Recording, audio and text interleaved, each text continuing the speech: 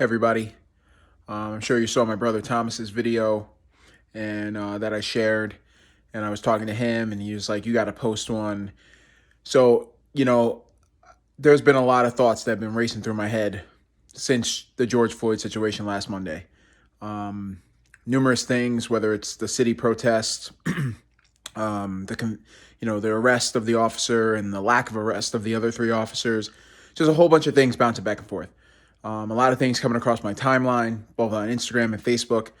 And it really has jogged my brain and my thoughts about everything that's going on.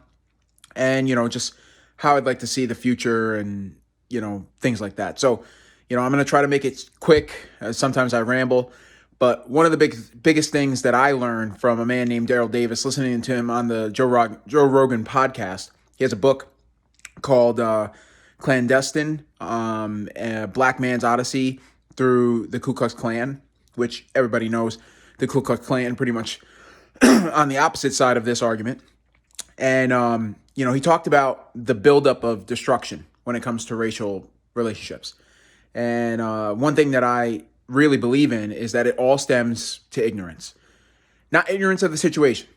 I think when people claim they don't really see the racism or they don't see systemic racism. I mean, the National Security Advisor just came out and said there's no systemic racism in policing. That's lying. They know. There's this viral video that needs to go more viral, I think, of a white psychologist talking to an auditorium full of white people. And she simply says, raise your hand if you'd like to switch places or lives with a black person. And not a soul raises their hand. And she brings them to realize that you are not ignorant of the situation, because you know that they are disproportionately affected when it comes to policing and other various discriminatory policies. So we know there's an issue, and we know we want it to end, okay? And ignorance, what he meant by ignorance is we don't know each other any longer. And when we don't know each other, when we are ignorant, when we are blind to that fact, it creates a sense of fear. We all fear what we don't know. We fear what afterlife is going to be. In scary movies, you fear what's going on until you see what's actually going on. So that ignorance leads to fear. Now, if that fear is never checked, if you never find out what's going on, if we never see the scary thing in the scary movie, then that grows to hatred. You grow to hate what you fear. And when you grow to hate what you fear, that emotion affects you when you see the thing that creates that fear.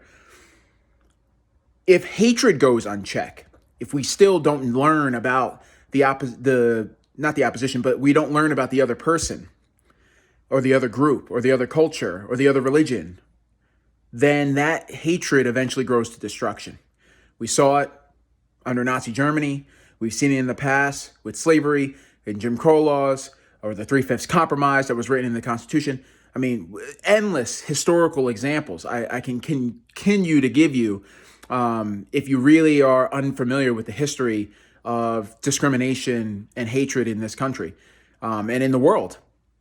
Okay, so if you think about that timeline of how ignorance leads to fear, fear unchecked leads to hatred, hatred unchecked leads to destruction. That's where we are. We're at a point where a cop, could nonchalantly take another man's life by simply kneeling on his neck for several minutes, being told you are going to kill the guy. The man calling out, "I can't breathe," calling for his mother. That is a place that is a very dark and scary place to be, because now the systematic change to bring about real positive relationships is going to be hard pressed. That's why people are extremely angry. That's why people are extremely, frustrated to the point where it's breaking out into city protests and city riots and looting, which I am not condoning whatsoever. In fact, I think they're hurting the cause. I absolutely do. But here's the deal, and here's what we all need to recognize, is we need to come together like a football team. And I know I coach football, and a lot of things in football reflect life. I really firmly believe that. In football, no matter what background you come from, creed, color, religion, it doesn't matter. You come together as a family. because you are facing a common enemy that wants to rip your head off. You sweat together, you bleed together, you work hard together, you get through obstacles together. And when you come out on the other side, you know damn well the person next to you has your back. And you don't really care when it comes down to the root of it, who that person is, what religion they practice, or what race they are. You know they're on your team. That's where we need to get as America. We need to get on the same page and get on the same team for once against the common enemy, which is racism. Too many people want to play on the sidelines. Too many people don't like to join the team.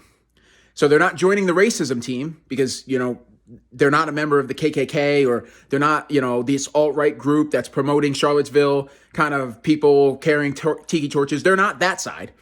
But they're also not on the anti-racism side because they say all lives matter, or they say these protests are not helping, or Colin Kaepernick, you need to get up, or, I don't see color. I have black friends. That's not joining the team. That's staying on the sideline. So we need people to join the team. And if you really think about the movie Remember the Titans, my favorite movie of all time, where blacks and whites during the height of segregation came together, integrated the school and integrated the football team, one of the only integrated teams in the Virginia State Conference that they played in. And Coach Herman Boone had to bring these groups together. If you remember during the movie, and this movie needs to be shown, I really feel like America should just take a day and watch it. If you remember during the movie when the white players and the black players weren't getting along, what did the coach do? He forced them to get to know each other. So they were no longer ignorant to their likes, dislikes, family background, concerns, hopes, dreams, obstacles that they've gone through, what food they like to eat, who they are as people. Because Coach Herman Boone knew as soon as they were no longer ignorant, and the fact that they could see similarities or even just differences, but the same human qualities of likes, hopes, dreams, fears, and concerns with each other, and thoughts that may get each other to relate to each other, he knew the hatred for each other would end, and they came together as an actual team.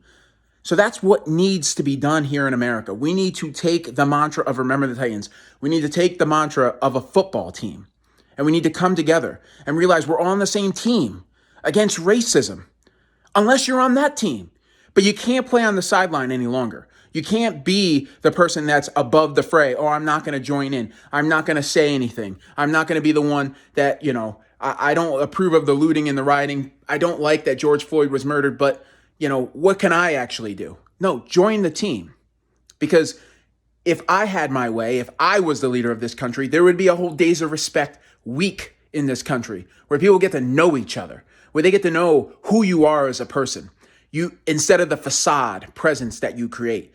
You know how many times people have mistaken me for Muslim? And I don't have any problem with that. That's okay. That's fine. That's the persona that I emit, and that's how you want to perceive me. That's okay. But as soon as they make that perception, they already write me as a certain person. They don't get to know who I am, what religion I actually practice, what do I like, what music I listen to. They don't care. So in reality, we need to start caring about who we are as each other, because we're all on the same team. And eventually racism is going to kick our ass, and it's going to take names. And it's already taken a lot of names, and it keeps taking names, and people are frustrated and done with the name taking. So lock arms with your brothers and sisters and start to realize you're going to have to struggle through this fight together, just like teams do against opponents. I love every single person in the world. I hope we can get through this together.